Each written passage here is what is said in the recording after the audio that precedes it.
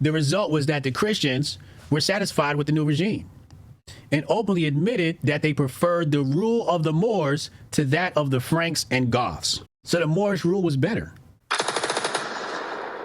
But the best proof of the satisfaction of the Christians with their new rulers is the fact that there was not a single religious revolt during the 8th century, 100 years without a single revolution. Above all, the slaves, who had been cruelly illusioned by the Goths and Romans, had cause to congratulate themselves upon a change. The slaves was clapping.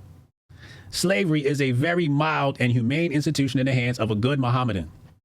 Therefore, him whom God hath ordained to be the slave of his brother must give him the food which he eaten himself, and of the clothes wherewith he clothed himself, and not order to him to do anything beyond his power. A man who ill treats his slaves will not go into paradise. If you dress nice, your slave gotta dress nice. If you eat good, your slave gotta eat good. And if you and you should never ask your slave to do anything you wouldn't do. And if you treat your slave bad, you ain't going to paradise. You ain't getting your, you know what I mean, your 500 virgins or whatever it is, right? We have to compare this or contrast it to how Great Britain handled their situations. As we studied a few weeks ago, white slaves in England. Did they treat their people like that? This presentation is brought to you by Qatar, Abu Dhabi, and the Saudi royal family.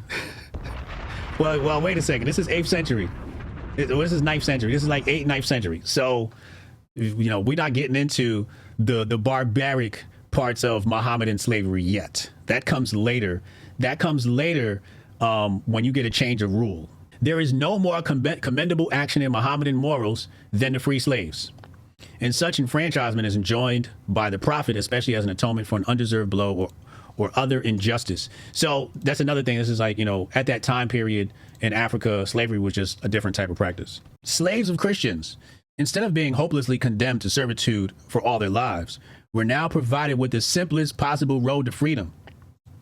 They had only to go to the nearest Mohammedan of repute and repeat the formula of belief. There is no God but God, and Muhammad is his prophet. And he became immediately free. Conversion to Islam thus carried with it enfranchisement.